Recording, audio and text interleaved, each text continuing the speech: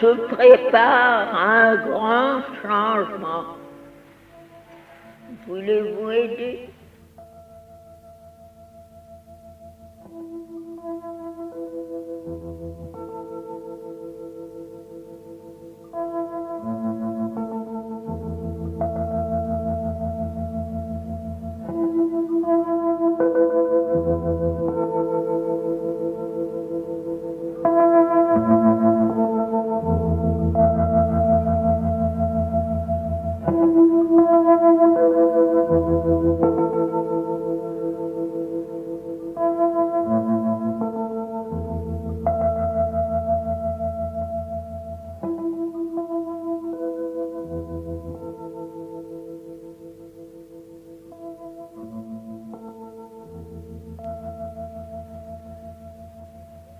The world is preparing for a big change. Will you help? କରୁଣମୟୀ ମା ପରମ ପ୍ରଭୁ ଶ୍ରୀ ଅରବିନ୍ଦ ଏବଂ ସମସ୍ତ ଅବାଭାଇମାନଙ୍କୁ ମୋର ନମସ୍କାର। ଆମେ ମା ବହିର ଚତୁର୍ଥ ଅଧ୍ୟାୟ ସମ୍ପର୍କରେ କିଛି ଆଲୋଚନା କରିବା। ଅର୍ଥ ସମ୍ପର୍କରେ ଶ୍ରୀ ଅରବିନ୍ଦ ମା ବହିରେ ଯାହା କହିଛନ୍ତି ସେ ସମ୍ପର୍କରେ କିଛି ଆଲୋଚନା କରିବା। କିଛି ଯେ ନୂଆ କଥା ମୁଁ କହିପାରିବି ସେ ବିଷୟରେ ମୁଁ ଏବେ ବି ସନ୍ଦିହାନ, କାରଣ ମା ବହି ଅନେକ ଥର ଆପଣମାନେ ପଢ଼ିଛନ୍ତି, ଆଲୋଚନା କରିଛନ୍ତି ଏବଂ ବିଭିନ୍ନ ଫୋରମରେ ମଧ୍ୟ ମୁଁ ଜାଣିଛି ମା ବହି ସମ୍ପର୍କରେ ଅନେକ ୱାର୍କସପ୍ ହୁଏ, ବିଭିନ୍ନ କାର୍ଯ୍ୟକ୍ରମ ନିଆଯାଇଛି, ଆଲୋଚନା ଚକ୍ର ନିଆଯାଇଛି, ପ୍ରଶ୍ନୋତ୍ତର କାର୍ଯ୍ୟକ୍ରମ ବି ନିଆଯାଇଛି। କିନ୍ତୁ ସେ ବିଷୟରେ ପୂଜ୍ୟ ବାବୁଲି ଭାଇଙ୍କର ନିର୍ଦ୍ଦେଶ ଯେ ଆମେ ଏ ଅର୍ଥ ଚାପ୍ଟର ଉପରେ, ଅର୍ଥ ଅଧ୍ୟାୟ ଉପରେ, ଚତୁର୍ଥ ଅଧ୍ୟାୟ ମା ବହିର ସେ ସମ୍ପର୍କରେ କିଛି ଆଲୋଚନା କରିବା। ଏହାକୁ 3ଟି ଏପିସୋଡ଼ରେ ସାରିବାର କାର୍ଯ୍ୟକ୍ରମ ରହିଛି। ଆମେ ସେହି ଅନୁସାରେ ଆଲୋଚନା ଜାରି ରଖିବା। ଏ ଆଲୋଚନାର ପ୍ରଥମ ଅଧ୍ୟାୟ ଅର୍ଥ ସମ୍ପର୍କରେ। ପ୍ରକୃତରେ ଅର୍ଥକୁ ଯଦି ଆମେ ଦେଖିବା, ଆମର ପିଲାଦିନ ଆମକୁ କୁହାଯାଇଛି ଅର୍ଥ ହିଁ ଅନର୍ଥର ମୂଳ। ଅର୍ଥ ସହିତ ଗୋଟେ ଅନର୍ଥ ଯୋଡ଼ି ହେଇକି ସବୁବେଳେ ରହିଛି ଏବଂ ଆମେ ବି ଦେଖି ଆସିଛୁ ଓଭର ଦି ଇୟର୍ସ, ଯୁଗ ଯୁଗ ଧରି ଯାହା କିଛି କ୍ରାଇମ୍ସ, ଯେତେ ସବୁ ଅପରାଧ ଘଟିଛି ତା ମୂଳରେ ହୁଏତ କେଉଁଠି ଅର୍ଥ ରହିଛି, ନହେଲେ ନାରୀଟିଏ ରହିଛି। କାମିନୀ ନହେଲେ କାଞ୍ଚନ, କାଞ୍ଚନ ମାନେ ସୁନା, କାମିନୀ କିମ୍ବା କାଞ୍ଚନ, ପ୍ରତ୍ୟେକଟି କ୍ରାଇମ୍, ଅପରାଧ, ଯୁଦ୍ଧ ତା ପଛରେ ଏହା ହିଁ ରହିଛି। ବିଶେଷ କରି ଅର୍ଥ ଆମ ଜୀବନର ଗୋଟେ ସବୁଠୁ ପ୍ରଭାବଶାଳୀ ବସ୍ତୁ ହୋଇସାରିଛି। ଆମେ ପିଲାଦିନେ ପଢ଼ୁଥିଲୁ, ଆମର ସାର୍ମାନେ କହୁଥିଲେ କ୍ଲାସ୍ରେ, ମନି ମନି ମନି ବ୍ରାଇଟର ଦାନ୍ ସନ୍ ସାଇନ୍ ସୁଇଟର ଦାନ୍ ହନି। ମନି ମନି ମନି ବ୍ରାଇଟର ଦାନ୍ ସନ୍ ସାଇନ୍ ସୁଇଟର ଦାନ୍ ହନି। ମନି କହିଲେ ଅର୍ଥ ବୁଝାଯାଏ ଏବଂ ତାର ବ୍ୟାପକତା ଏଇଠି। ଏ ସୁଇଟର ଦାନ୍ ହନି, ବ୍ରାଇଟର ଦାନ୍ ସନସାଇନ୍। ଏବଂ ଯଦି ଆମ ପାଖରେ ଗୋଟେ ଚଏସ୍ ରହେ, ଅନ୍ୟ ସବୁ ଜିନିଷ ଗୋଟେ ସାଇଡ଼୍ରେ, ଅନ୍ୟ ସବୁ ଜିନିଷ କହିଲେ ଆମର ଭର୍ଚ୍ୟୁଜ୍, ଆମର ଏଥିକ୍ସ, ଅନ୍ୟାନ୍ୟ ଯାହା ସବୁ ଆବଷ୍ଟ୍ରାକ୍ଟ ଜିନିଷ, ସିଏ ଯଦି ଗୋଟେ ସାଇଡ଼୍ରେ ରହିବ ଏବଂ ଅନ୍ୟ ସାଇଡ଼୍ରେ ରହିବ ମନି, ଏବଂ ଆମକୁ ଚଏସ୍ ଦିଆଯାଏ ଯେ ତୁମେ ଏଥିରୁ କେଉଁଟା ପ୍ରିଫର୍ କରୁଛ, ଅନଡାଉଟେଡ଼ଲି ଆମର ଯେଉଁ ଅବସ୍ଥା, ଆମେ ମନିଟାକୁ ହିଁ ପ୍ରିଫର୍ କରିବୁ, ଅର୍ଥକୁ ଆମେ ପ୍ରିଫର୍ କରିବୁ। ଆମର ପଇସା ଦରକାର, ଅନ୍ୟ ସବୁ ଜିନିଷ ସେ ଯାଉ, ସିଏ ସେଥିରୁ କ'ଣ ମିଳିବ। ଆମର ବେଳେବେଳେ ଆମେ କହିବାର ଶୁଣିଛୁ, ସିଏ ବିଲକୁଲ ପ୍ରାକ୍ଟିକାଲ ନୁହଁ। ଜଣେ ଯଦି ଠିକ୍ ଭାବରେ ଜୀବନକୁ ଚାଲିଲା, ଠିକ୍ ଭାବରେ କହିଲେ ମନି ପ୍ରତି ବିଶେଷ, ଅର୍ଥ ପ୍ରତି ବିଶେଷ ଆସକ୍ତି ନାହିଁ, ଏକ ଜୀବନଟିଏ ସେ ବଞ୍ଚିବାକୁ ଚେଷ୍ଟା କଲା, ଗୋଟେ ଏଥିକାଲ ଲାଇଫ୍, କିଛି ଗୋଟେ ଅର୍ଥପୂର୍ଣ୍ଣ ଜୀବନ। ଅର୍ଥ ମାନେ ମନି ନୁହେଁ, ଏ ଜୀବନର କିଛି ଗୋଟେ ମିନିଂ ଅଛି। ସେଇଭଳି ଯଦି ଜୀବନଟିଏ ବଞ୍ଚିଲା ତାକୁ କୁହାଯିବା ପ୍ରାଗ୍ମାଟିକ୍ ନୁହେଁ, ପ୍ରାକ୍ଟିକାଲ ନୁହେଁ। ତାମାନେ ପ୍ରାଗ୍ମାଟିଜିମ୍ ଆମେ କାହାକୁ କହୁଛୁ ନା ଯିଏ ପଇସାକୁ ଠିକ୍ ଭାବରେ ବ୍ୟବହାର କରୁଛି ବା ପଇସା ପ୍ରତି ପଇସା ରୋଜଗାର କରିବାର ତାର ଭିତରେ ଗୋଟେ ନିଶା ରହିଛି ଏବଂ ତାର ସାମର୍ଥ୍ୟ ବି ରହିଛି। ଆମେ ତାକୁ ପ୍ରାଗ୍ମାଟିକ୍, ପ୍ରାକ୍ଟିକାଲ ଇତ୍ୟାଦି ଇତ୍ୟାଦି ଅନେକ ବିଶେଷଣରେ ତାକୁ ଆମେ ଭୂଷିତ କରୁ। ତାହେଲେ ପଇସା ସେ ସମ୍ପର୍କରେ କହିବା ନିଷ୍ପ୍ରୟୋଜନ। କିଛି ଦିନ ତଳେ ଆପଣମାନେ ଜାଣିଥିବେ କେବିସି ଯେଉଁଟା କୌନ ବନେଗା କରୋଡ଼ପତି, ତାର ଯେଉଁ ପଞ୍ଚମ କେବିସି ଗୋଟେ ପରେ ଗୋଟିଏ ହେଇ ଚାଲିଛି। ସେ ପଞ୍ଚମ କେବିସିରେ ଯିଏ ୱିନର ଥିଲେ ତାଙ୍କ ନାଁ ସୁଶୀଲ କୁମାର, ବିହାରର। 5 କୋଟି ଟଙ୍କା ସେ ଜିତିଥିଲେ। ଏବେ ରିସେଣ୍ଟଲି ଏବଂ ବିଭିନ୍ନ ସେ ତାଙ୍କର ସେ ନ୍ୟୁଜ୍ ଆଇଟମ୍ ଭାଇରାଲ ମଧ୍ୟ ହେଇସାରିଲାଣି। ଫେକ୍ ନୁହେଁ, ବିଲକୁଲ ଫେକ୍ ନୁହେଁ। ନ୍ୟୁଜ୍ରେ ମଧ୍ୟ ଆସୁଛି, ଟାଇମ୍ସ ଅଫ୍ ଇଣ୍ଡିଆରେ ମଧ୍ୟ ଆସୁଛି।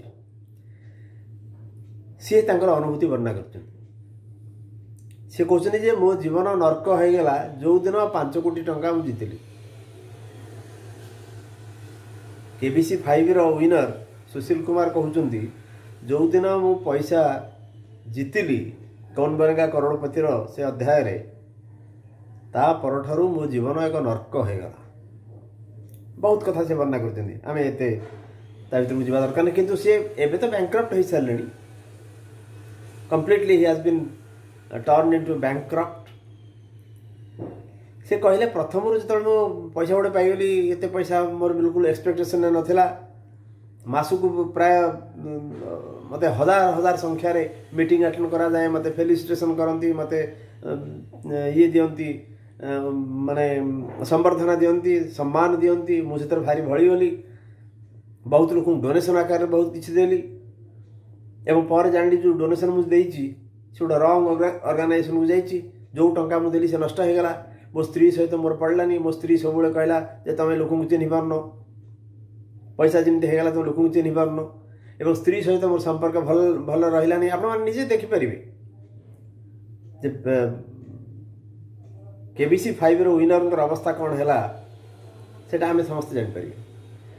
ଏହାର ଏକମାତ୍ର କାରଣ ହେଉଛି ଗୋଟେ ମନି ଉପରେ ଗୋଟେ ଦୂଷିତ ପ୍ରଭାବର ଛାପ ରହିଛି, ଯେଉଁଟାକି ଶ୍ରୀଅରବିନ୍ଦ କହୁଛନ୍ତି।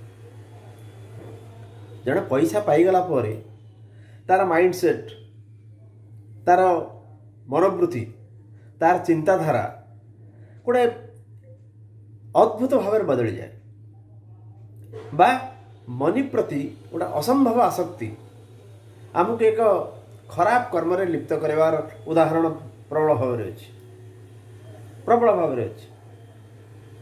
ଯଦି ଆମର ପଇସା ନାହିଁ, ଆମର ଡିପ୍ରେସନ୍ ଆସିଗଲା, ଡିଜେକ୍ସନ୍ ଆସିଗଲା। ଆମେ ଯେତେବେଳେ ପଢ଼ୁଥିଲୁ, ମୁଁ ଯେତେବେଳେ କଲେଜରେ ପଢ଼ୁଥିଲି ଭୁବନେଶ୍ୱରରେ, ସେ ବେଳେବେଳେ ଆମର ସବୁ ସାଙ୍ଗମାନଙ୍କ ଭିତରେ ଡିପ୍ରେସନ୍ ସମ୍ପର୍କରେ ଆଲୋଚନା ହୁଏ। କାରଣ ସେଇ ସମୟଟାକୁ ଗୋଟେ ଡିପ୍ରେସନ୍ର ସମୟ, ୟଙ୍ଗ ଏଜ୍, କେଉଁଠି କିଏ କ'ଣ ସବୁ କେମିତି ଭାବରେ ସବୁ ଆସିଥିବେ। ମୋର ଗୋଟେ ସାଙ୍ଗ ଥାଏ, ସିଏ କହେ ମୋର ଡିପ୍ରେସନ୍ କିଛି ନାହିଁ, ଏ ଫ୍ରଷ୍ଟ୍ରେସନ୍ ଡିପ୍ରେସନ୍ ଏଗୁଡ଼ା ସବୁ କିଛି ନାହିଁ।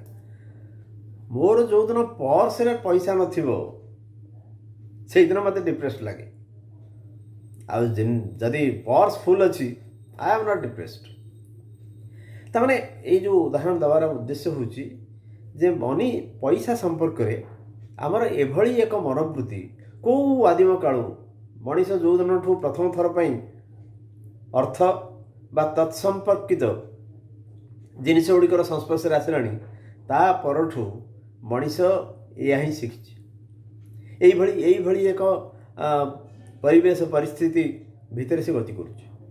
ମନିର ଗୋଟେ ସ୍ୱତନ୍ତ୍ର ସ୍ଥାନ ଅଛି।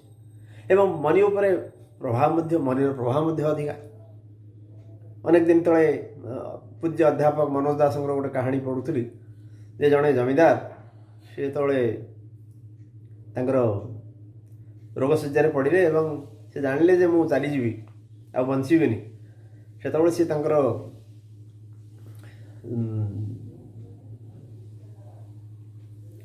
ପୁଅକୁ ଡାକିକି କହିଲେ ଯେ, ଏବଂ ସେ ରୋଗଶଯ୍ୟାରେ ପଡ଼ିବା ମୃତ୍ୟୁର ଅବ୍ୟବହିତ ପୂର୍ବରୁ ସେ କ'ଣ କଲେ ନା ତାଙ୍କର ଯେ ବିଶ୍ୱାସୀ ଭୃତ୍ୟ ସବୁଠୁ ଯାହାକୁ ସେ ବିଶ୍ୱାସ କରୁଥିଲେ, କାରଣ ସେତେବେଳକୁ ତାଙ୍କର ପୁଅ ବହୁତ ଛୋଟ ଥିଲା, ସେ ଭୃତ୍ୟକୁ ଡାକିକିରି ତାଙ୍କର ଯାହା ସମ୍ପତ୍ତି ଥିଲା, ତାଙ୍କର ସ୍ତ୍ରୀ ନଥିଲା, ସେ ବିପତ୍ନିକ ଥିଲେ, ଏବଂ ସେ ଭୃତ୍ୟକୁ ଡାକିକିରି ଗୋଟେ ଜଙ୍ଗଲ ଭିତରେ ନିଛାଟିଆ ଜାଗାରେ ଗୋଟିଏ ଜାଗାରେ ସେ ପଇସା ବା ଯାହା ତାଙ୍କର ଅର୍ଥ ଥିଲା ତାକୁ ଗୋଟେ ବାକ୍ସରେ ଭର୍ତ୍ତି କରି ତାକୁ ପୋତି ଦେଲେ।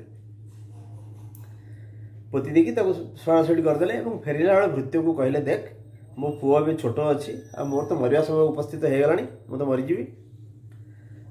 ମୋ ପୁଅ ଯେତେବେଳେ ସାବାଳକ ହେବ, ବର୍ତ୍ତମାନ ସେ ନାବାଳକ ଅଛି, ଛୋଟିଆଟିଏ ଅଛି, ଯେତେବେଳେ ସାବାଳକ ହେବ ତାକୁ ଏ ପଇସା କଥା କହିବ, କାରଣ ବର୍ତ୍ତମାନ ତାକୁ କହିଲେ ସେ କିଛି ଠିକ୍ ଭାବରେ ହ୍ୟାଣ୍ଡେଲ୍ କରିପାରିବନି ଏବଂ ମୋର ଯେଉଁ ଶତ୍ରୁମାନେ ମୋ ଚାରି ପାଖରେ ଘେରିକି ବସିଛନ୍ତି ସେମାନେ ସବୁ ପଇସା ନେଇଯିବେ। ଅତଏବ ତୁ ପୁଅକୁ ସେତେବେଳେ କହିବୁ ସିଏ ଯେତେବେଳେ ଯୋଗ୍ୟ ହେବ, ଯଥେଷ୍ଟ ମ୍ୟାଚିଓର୍ଡ ହେବ। ଭୃତ୍ୟଟି ବିଶ୍ୱାସୀ ବୃଦ୍ଧ ଏବଂ ସେ ଏଥିରେ ସମ୍ମତ ହେଲା। ତାପରେ ଜମିଦାର ଚାଲିଗଲେ ରୋଗରେ ପଡ଼ିକରି। ଯେତେବେଳେ ପୁଅକୁ ପ୍ରାୟ 21-22 ବର୍ଷ ହେଲା, ସେ ଭୃତ୍ୟଟି ଭାବିଲେ, ସେ ବି ବୁଢ଼ା ହେଇଗଲେଣି, ତେଣୁ ସେ ଭୃତ୍ୟଟି ଭାବିଲା ଯେ ବର୍ତ୍ତମାନ ହେଉଛି ପ୍ରକୃତରେ ଠିକ୍ ଆପ୍ରୋପ୍ରିଏଟ୍ ସମୟ, କାରଣ ମୁଁ ବି କେତେବେଳେ ମରିଯିବି, ଯଦି ମୁଁ ମରିଯିବି ସେ ଧନ ସମ୍ପତ୍ତି ସେମିତି ମାଟି ତଳେ ରହିଲା, ସିଏ ମାନେ ଜନମାନସ ଅଗୋଚରରେ ସେ ସେଠି ରହିଲା। ଅତଏବ ବର୍ତ୍ତମାନ ରାଇଟ୍ ସମୟ ଉପସ୍ଥିତ ହେଲାଣି, ମୁଁ ପୁଅକୁ ଟିକେ କହିଦିଏ। ସେ ଜମିଦାରଙ୍କ ପୁଅକୁ ସେ ଡାକିକି କହିଲେ, ଦେଖ ବାବୁ, ଏମିତି ଏମିତି ଘଟଣା, ତମ ବାପା ପଇସା ସେମିତି ରଖିଛନ୍ତି ଗୋଟେ ଜାଗାରେ, କେବଳ ମୁଁ ସେ ଜାଗା ଜାଣିଛି, ଆଉ ଆଜି ରାତିରେ ଯିବା, ସେ ଜିନିଷଟା ନେଇ ଆସିବା, ମୁଁ ତୁମକୁ ସେଇଟା ଦେଇଦେଲା ପରେ ମୁଁ ଆଟଲିଷ୍ଟ ଅନ୍ତତଃ ହାଲକା ହେଇଯିବି ଯେ ମୋର ଦାୟିତ୍ୱ ଠିକ୍ ଭାବରେ ମୁଁ ନିର୍ବାହ କରିଛି, ସମ୍ପାଦନ କରିଛି, ଏହି ପ୍ରକାର ଏକ ଆତ୍ମତୃପ୍ତି ମୋ ଭିତରେ ଆସିବ। ପୁଅ କହିଲେ ଠିକ୍ ଅଛି, କାରଣ ପୁଅ ଏପର୍ଯ୍ୟନ୍ତ ଜାଣିନଥିଲା ସେ କଥା। ପୁଅ କହିଲା, ହଁ ଠିକ୍ ଅଛି, ଯିବା, କିଛି ଅସୁବିଧା ନାହିଁ। ଏବଂ ସେଦିନ ରାତିରେ ପୁରା ଧରିକିରି ଲଣ୍ଠଣ ଫଣ୍ଠଣ ଧରିକି ସେ ସବୁ ବାହାରିଲେ। ଜଙ୍ଗଲ ଭିତରେ ଗଲେ, ଗୋଟେ ଜାଗାରେ ହଠାତ୍ ସେ ଭୃତ୍ୟଟି ଠିଆ ହେଇଗଲା, ଅସମ୍ଭବ ପ୍ରକାର ବ୍ୟବହାର କରିବାକୁ ଆରମ୍ଭ କଲା। ୟାଙ୍କୁ ପଚାରିଲା ଜମିଦାରଙ୍କୁ, ତୁ କିଏ, ଏଠୁ କୁଆଡ଼େ ଆସିଛୁ, ତୋର କ'ଣ ଅଧିକାର ଅଛି ଏଠିକି ଆସିବା ପାଇଁ, ଇତ୍ୟାଦି ଇତ୍ୟାଦି। ଇଏ ବି ଜମିଦାରଙ୍କର ସେ ପୁଅ, ସେ କିଛି ବୁଝିପାରିଲେନି କ'ଣ ଚାଲିଛି, ଏ ଭୃତ୍ୟଟା ଏମିତି କ'ଣ ବ୍ୟବହାର କରୁଛି, ସତରେ ବୋଧେ ପାଗଳ ହେଇଗଲାଣି ନା କ'ଣ। ସେ ଏଇଠୁ ଅନ୍ୟ କିଛି ଯୁକ୍ତିତର୍କ ନ କରିକିରି କହିଲେ, ଚାଲ ଫେରିଯିବା। ତାଙ୍କୁ ଟାଣିକି ନେଇ ଆସିଲେ ଏବଂ ଫେରିଲା ବେଳକୁ ସେ ଦେଖିଲେ ସେ ଭୃତ୍ୟଟି ଠିକ୍ ବ୍ୟବହାର କରୁଛି, ଯେମିତି ଚିରାଚରିତ ଢଙ୍ଗରେ, ଯେମିତି ଯାହାକୁ ଖାଉନ୍ଦଙ୍କୁ ଯେମିତି ସମ୍ମାନ ଦେବା କଥା, ମାଲିକଙ୍କୁ ଯେମିତି ସମ୍ମାନ ଦେବା କଥା, ସେମିତି ବ୍ୟବହାର କରୁଛି। ବ୍ୟବହାରରେ କୌଣସି ବୈଚିତ୍ର୍ୟ ନାହିଁ, ଆବନର୍ମାଲିଟି ନାହିଁ। ଜମିଦାରଙ୍କ ପୁଅ କିଛି ବୁଝିପାରିଲେନି ଏ କ'ଣ ଚାଲିଛି। କିଛି ଦିନ ବିତିଗଲା, ପୁଣି ଥରେ ସେ ଭୃତ୍ୟଟି ପୁଣି କହିଲା ୟାଙ୍କୁ ଯେ ଯିବା, ସମ୍ପତ୍ତି ନେଇ ଆସିବା। ଜମିଦାର ପୁଅ କହିଲା, ହଉ ଠିକ୍ ଅଛି, ଚାଲ। ପୁଣି ଗଲେ, ଗୋଟେ ନିର୍ଦ୍ଦିଷ୍ଟ ଜାଗାରେ ପହଞ୍ଚିକି ପୁଣି ସେ ଭୃତ୍ୟ ଅସ୍ୱାଭାବିକ ଭାବେ ବ୍ୟବହାର କରିବାକୁ ଆରମ୍ଭ କଲା। ପୁଣି ସେମାନେ ଫେରି ଆସିଲେ। ଏମିତି 2-3 ଥର ହେଲା ପରେ ସେ ଜମିଦାରଙ୍କର ପୁଅ ସେ ବୁଝିପାରିଲେନି ଏସବୁ କ'ଣ ହେଉଛି। ସେ ସବୁ କ'ଣ କଲେ ନା, ତାଙ୍କର ସେ ଲୋକାଲିଟିରେ ତାଙ୍କର ସ୍ଥାନୀୟ ଜଣେ ପଣ୍ଡିତ ଥିଲେ, ଜ୍ଞାନୀ ଥିଲେ, ବ୍ରାହ୍ମଣ, ତାଙ୍କୁ ଯାଇକି ପଚାରିଲେ ଯେ ଏମିତି ଏମିତି ହେଉଛି, ମୋତେ ସେ ଭୃତ୍ୟଟି କହିଲା, ଆଉ କିନ୍ତୁ ଗଲାବେଳକୁ ସେଠି ଯାଇକରି ଏମିତି ବ୍ୟବହାର କରୁଛି। ଏମିତି 3 ଥର ଘଟିଗଲାଣି। ସେଠୁ ସେ ଜ୍ଞାନୀ ଲୋକ ପଚାରିଲେ ଯେ 3 ଥର ଯାକ ସେ ଏକ ନିର୍ଦ୍ଦିଷ୍ଟ ସ୍ଥାନରେ ଠିଆ ହେଇକରି ଏମିତି କଥାବାର୍ତ୍ତା କରୁଛି ନା ଭିନ୍ନ ଭିନ୍ନ ଜାଗାରେ। ସେଠୁ ଜମିଦାରଙ୍କ ପୁଅ କହିଲେ, ନାଇଁ ନାଇଁ, ସେ ଗୋଟିଏ ଜାଗାରେ, ସେ ଗୋଟିଏ ଜାଗାରେ ଠିଆ ହେଇକି ସେ ଏମିତି ପାଟିତୁଣ୍ଡ କରୁଛି, ଠିକ୍ ଠାକ୍ ଯାଉଛି, ସେଠି ପହଞ୍ଚି ଯାଉଛି ଏବଂ 3 ଥର ଯାକ ସେୟା ହିଁ ହେଇଛି। ସେଠୁ ସେ ଜ୍ଞାନୀ କହିଲେ, ତାହେଲେ ତମେ ସେଇ ଜାଗାଟା ଖୋଳ, ସେଇଠି ହିଁ ରହିଛି ତମର ସମ୍ପତ୍ତି। ତମେ ଏଥର ଆଉ ସେ ଭୃତ୍ୟଙ୍କୁ ନେଇକରି ଯାଅନି, ତମେ ନିଜେ ଯାଅ ସେଠି ଖୋଳ ଏବଂ ସବୁ ସମ୍ପତ୍ତି ପାଇଯିବ। ଜମିଦାର ପୁତ୍ର ସେୟା କଲେ ଏବଂ ସମ୍ପତ୍ତି ଧରିକି ଆସିଲେ। ତାପରେ ସେ ପଚାରିଲେ ସେ ଜ୍ଞାନୀକି ଯେ ଆପଣ କେମିତି ଜାଣିଲେ ସେଇଠି ଅଛି ବୋଲି? ସିଏ ସେଠୁ କହିଲେ ଧନ ସମ୍ପତ୍ତିର ଗୋଟେ ନିର୍ଦ୍ଦିଷ୍ଟ ପ୍ରଭାବ ରହିଛି। ଭୃତ୍ୟଟି ସିନ୍ସିୟର, ବିଶ୍ୱାସୀ, ସେଥିରେ କୌଣସି ସନ୍ଦେହ ନାହିଁ, ସେଥିରେ କୌଣସି ସନ୍ଦେହ ନାହିଁ। ପଇସା ପତ୍ର ପ୍ରତି ତାର ଲୋଭ ବି ନାହିଁ, ସେଥିରେ କୌଣସି ସନ୍ଦେହ ନାହିଁ। ଯଦି ତାର ଲୋଭ ଥାନ୍ତା ସେ ବହୁତ ଆଗରୁ କେବେଠୁ ସେ ନେଇ ସାରନ୍ତାଣି ସେଠୁ ଖୋଳିକିରି, କାହିଁକିନା ସେ ଜାଗା ଅନ୍ୟ କେହି ଜାଣିନାହାନ୍ତି, ଜମିଦାର ଏବଂ ସିଏ ଜାଣିଥିଲେ, ଜମିଦାର ତ ଚାଲିଗଲେଣି, ସେ ଯାଇକି ନେଇଯାଇଥାନ୍ତେ। ତା ବି ସେ କରିନି। କିନ୍ତୁ ସେ ସେଠି ପହଞ୍ଚିଗଲା ପରେ ଯେତେବେଳେ ଯେଉଁଠି ଧନ ସମ୍ପତ୍ତି ରହିଛି ତାର ଉପରେ ଥିବା ମାଟି ଉପରେ ଯେତେବେଳେ ସେ ଠିଆ ହେଇଯାଉଛି, ତାର ଗୋଟେ ପ୍ରଭାବ ତାକୁ ଆଫେକ୍ଟ କରୁଛି। ତେଣୁ ତାର ବ୍ୟବହାରରେ ଏଭଳି ତାରତମ୍ୟ ଦେଖାଦେଉଛି। ତାର ବ୍ୟବହାରରେ ସେଇଥିପାଇଁ ଏମିତି ଏକ ଅସ୍ୱାଭାବିକତା ଦେଖାଦେଉଛି। ତମେ ସେଇଠୁ ଯାଅ, ତମେ ସେଇଠୁ, ତେଣୁ ମୁଁ ଅନୁମାନ କରିଛି ସେଇଠି ଥିବ। ସେଇଥିପାଇଁ ତମକୁ ପଚାରିଲି ସେ ଗୋଟିଏ ଜାଗା ନା ଭିନ୍ନ ଭିନ୍ନ ଜାଗା? ଯଦି ଗୋଟିଏ ଜାଗା, ସେ ତାର ପ୍ରଭାବ ଦ୍ୱାରା ପ୍ରଭାବିତ ହୋଇଛି। ଏ କାହାଣୀର କହିବାର ଉଦ୍ଦେଶ୍ୟ ହେଉଛି ଧନ ସମ୍ପତ୍ତି ଅର୍ଥ ୟାର ଏକ ନିର୍ଦ୍ଦିଷ୍ଟ ପ୍ରଭାବ ରହିଛି। ଆମେ ପଢ଼ୁଥିଲୁ ପାଠ୍ୟ ସମୟରେ ପଢ଼ିଲା ବେଳେ ବିଦୁରସ୍ୟ ଧୃତରାଷ୍ଟ୍ରଙ୍କ ପ୍ରତି ଉପଦେଶ, ନୀତ୍ୟୁପଦେଶ। ବିଦୁର ଧୃତରାଷ୍ଟ୍ରଙ୍କୁ ନୀତ୍ୟୁପଦେଶ ଦେଉଥିଲେ। ସେଥିରେ ଗୋଟେ ପଂକ୍ତି ଅଛି, ଅର୍ଥାଗମೋ ନିତ୍ୟମରେ ଗୀତାଚ ପ୍ରିୟାଚ ଭାର୍ଯ୍ୟା ପ୍ରିୟବାଦିନୀ ଚ ବସଶ୍ଚ ପୁତ୍ରୋର୍ଥକରୀ ଚ ବିଦ୍ୟା ଷଡ଼ଜୀବ ଲୋକସ୍ୟ ସୁଖାନି ରାଜନ। ହେ ରାଜନ, ଜୀବଲୋକର 6ଟି ସୁଖ ରହିଛି। ମଣିଷ 6ଟି ପ୍ରକାରର ସୁଖ ଆସ୍ୱାଦନ କରିପାରେ। କ'ଣ ସେ 6ଟି ସୁଖ?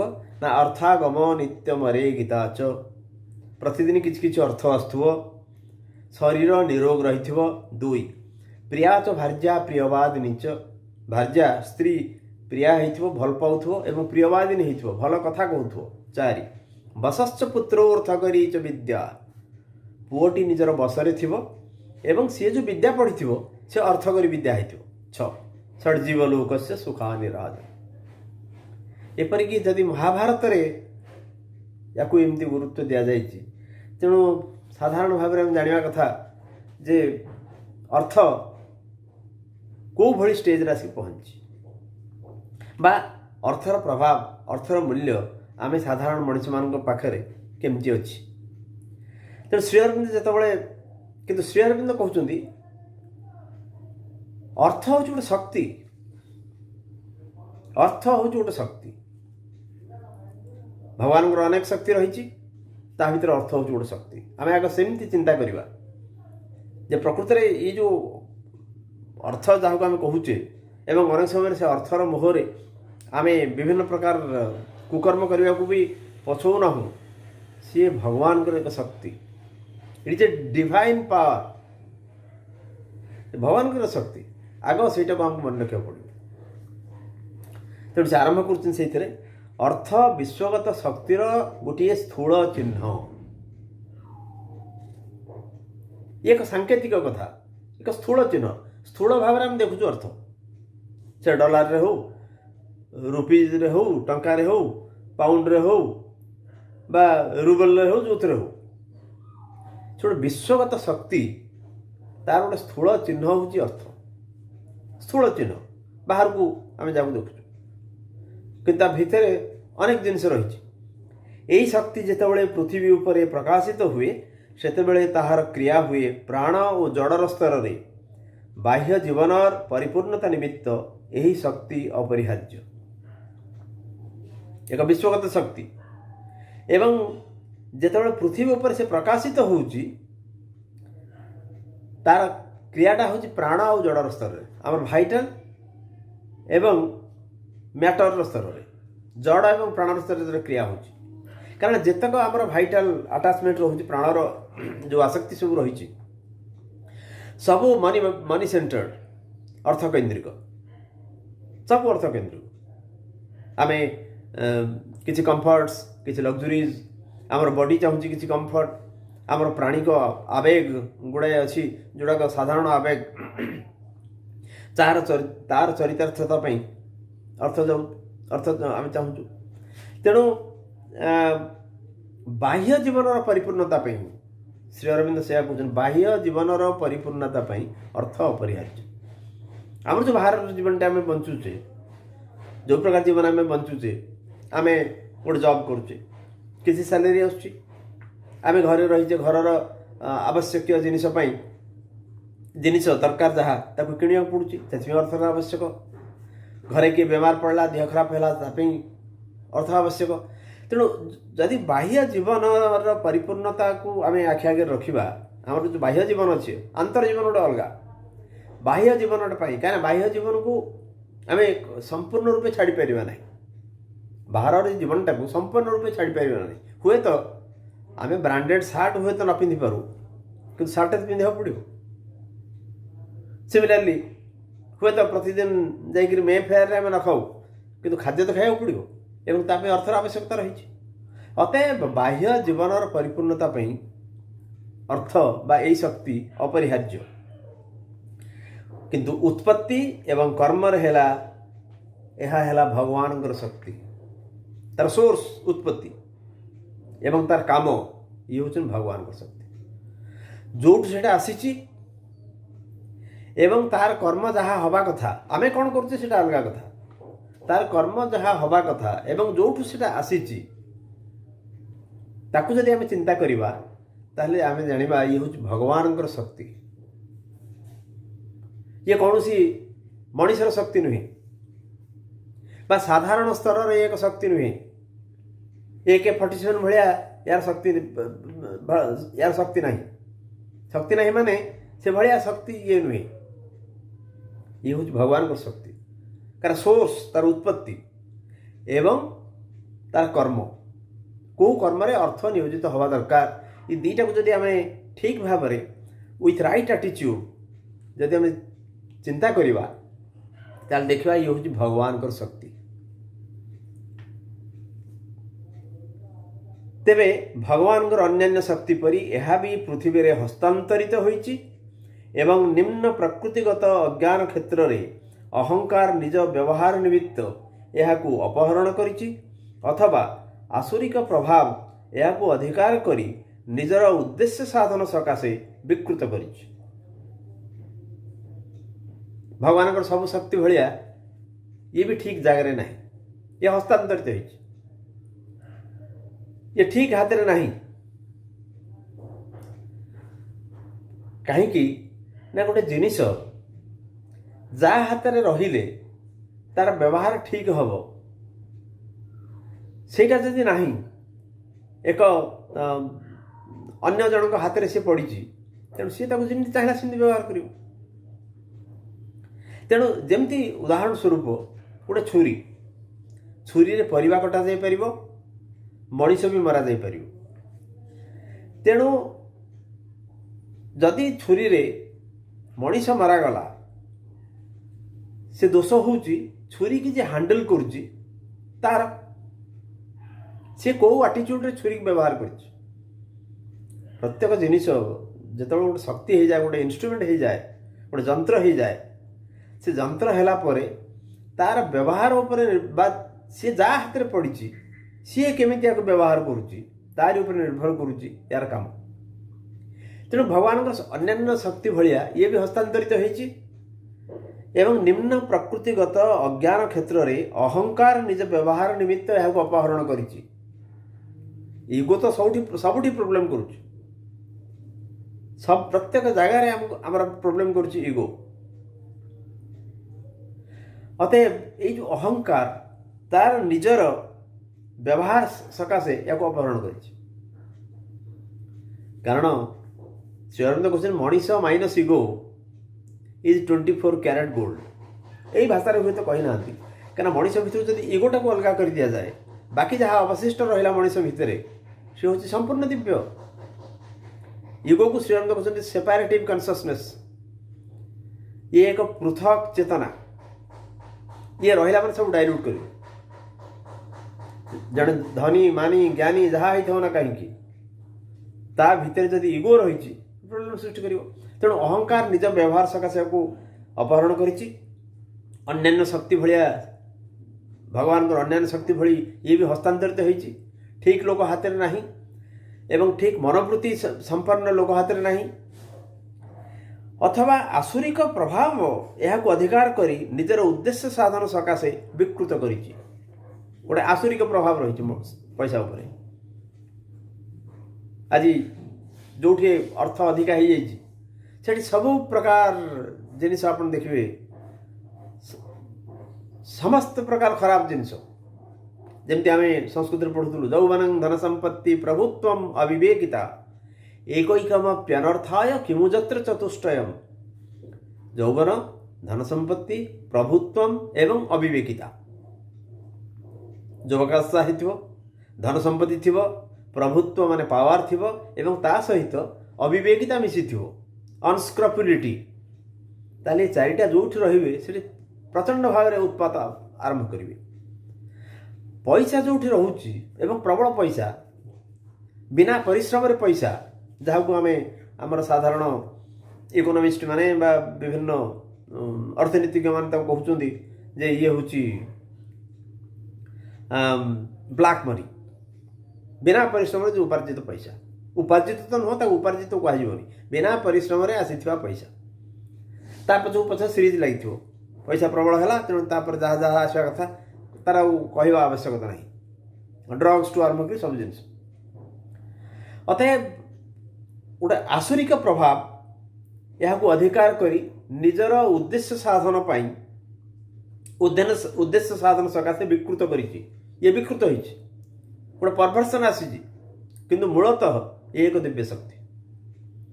କିନ୍ତୁ ଅନ୍ୟ ଶକ୍ତି ଯେମିତି ଭଗବାନଙ୍କର ବିକୃତ ହେଇଛି, ଜ୍ଞାନ ଅଜ୍ଞାନରେ ପରିଣତ ହେଇଛି, ଆଲୋକ ଅନ୍ଧାରରେ ପରିଣତ ହେଇଛି, ଅମୃତତ୍ୱ ମୃତ୍ୟୁରେ ପରିଣତ ହେଇଛି, ଇତ୍ୟାଦି ଇତ୍ୟାଦି। ଇଏ ବି ସେୟା ହେଇଛି। ଆଇଦର ଅସୁରାକୁ ନେଇ ରଖିଛି ବା ଅହଂ କବଳିତ ହେଇକରି ରହିଛି, ଏବଂ ଉଭୟ କ୍ଷେତ୍ରରେ ଇଏ ବିତ୍ପାତ ସୃଷ୍ଟି କରିଛି। ବସ୍ତୁତଃ ଏହି ତିନୋଟି ଶକ୍ତି କ୍ଷମତା, ଧନ ଓ କାମ ମନୁଷ୍ୟର ଅହଙ୍କାର ଓ ଅସୁର ସକାଶେ ପରମ ଆକର୍ଷଣର ବସ୍ତୁ। ଏହି ତିନୋଟି ପ୍ରାୟ ସର୍ବତ୍ର ଅନଧିକାରୀଙ୍କ ଦ୍ୱାରା ଅଧିକୃତ ହୋଇ ଅପବ୍ୟବହୃତ ହେଉଛି। ଠିକ୍ କ୍ଷମତା, ଧନ, କାମ। ଟିକେ ତଳେ ମୁଁ ଯେଉଁ କହିଲି ଯୌବନଂ ଧନ ସମ୍ପତ୍ତି ପ୍ରଭୁତ୍ୱମ ଅବିବେକିତା, କ୍ଷମତା, ପାୱାର, ପ୍ରଭୁତ୍ୱ,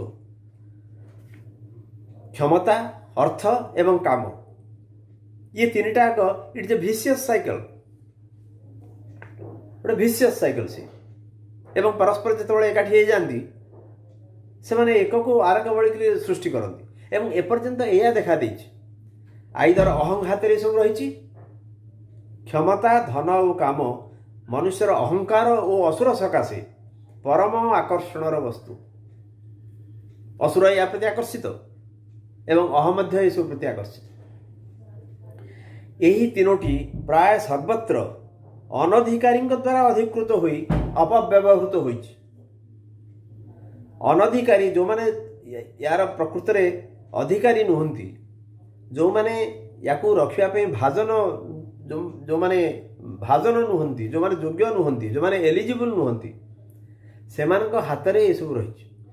ଏବଂ ସେମାନଙ୍କ ହାତରେ ଏସବୁ ଜିନିଷ ପଡ଼ିବା ଫଳରେ ତାର ଅପବ୍ୟବହାର ହେଲା ହିଁ, ହବ ମଧ୍ୟ। ଯିଏ ଯୋଗ୍ୟ ଲୋକ ନୁହେଁ ତା ହାତରେ ଯଦି ଏ ତିନିଟାକ ପଡ଼ିଲା, କ୍ଷମତା ହେଉ, ଧନ ହେଉ ବା କାମ ହେଉ, ଇଏ ପ୍ରକୃତ ପରମ ଆକର୍ଷଣର ବସ୍ତୁ। ଜଣେ ଯେ ସାଧକ ବା ସନ୍ନ୍ୟାସୀ ଯେ ଧନର ଆସକ୍ତିରୁ ମୁକ୍ତ ହେଇଛି, ତା ପାଇଁ ଧନ କିଛି ମାଇନେ ରଖେନି। କିନ୍ତୁ ଅସୁର ବା ଅହଂ ପ୍ରକୃତି ବିଶିଷ୍ଟ ଲୋକ, ତା ପାଇଁ ଦରକାର ଏସବୁ ଜିନିଷ। କାରଣ ସେମାନେ ଯାହା ଚାହାନ୍ତି, ତାଙ୍କ ଭିତରେ ଯେଉଁ ପ୍ରକାର କାମନା ବାସନା ଆସେ, ତାକୁ ଚରିତାର୍ଥ କରିବା ପାଇଁ ତାଙ୍କ ପାଇଁ ଏ ତିନିଟା ଦରକାର, କ୍ଷମତା, ଧନ ଏବଂ କାମ। ୟାକୁ ନେଇକରି ସେ ଅପବ୍ୟବହାର କରନ୍ତି। ଯେଉଁମାନେ ଧନାକାଂକ୍ଷୀ ବା ଧନର ରକ୍ଷକ, ସେମାନେ ପ୍ରାୟ ଯେତେ ଧନର ଅଧିକାରୀ ନୁହନ୍ତି, ସେତେଟା ଧନ ସେମାନଙ୍କୁ ଅଧିକାର କରିଛି। ଅସୁରମାନେ ଧନକୁ ଦୀର୍ଘକାଳ ସେମାନଙ୍କ କବଳରେ ରଖିଛନ୍ତି। ତେଣୁ ଧନ ଯେତେ ତାଙ୍କୁ ଅଧିକାର କରିନି ବା ସେମାନେ ଯେତେ ଧନର ଅଧିକାରୀ ନୁହନ୍ତି, ଧନ ତାଙ୍କୁ ଅଧିକାର କରିଛି। इट इज भाइस वर्षा। मु कहबी मो पाखरे 2 कोटी 3 कोटी 4 कोटी संपत्ति अच्छी, मु से धनर अधिकारी नुहे।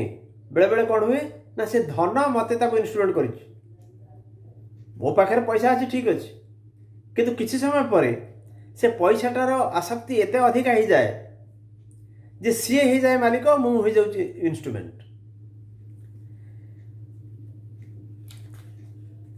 असुर माने धन को दीर्घकाल से कबल रखिंट अपव्यवहार करिसेंती। ता फल धन उपरे जो गोटे दूषित प्रभाव छाप रही से खूब अल्प लोक ही निजक पूर्ण भाव में रक्षा कर जेहेतु असुर मैंने या दीर्घकाल कबल रखिंट प्रायतः धन तांको हाथ में रही अहंग हाथ में कि असुर मान हाथ में, एवं सेमानंकर दूषित प्रभाव छाप ये सब बड़े अर्थ उपरे रही एवं ये दूषित प्रभाव छापुरु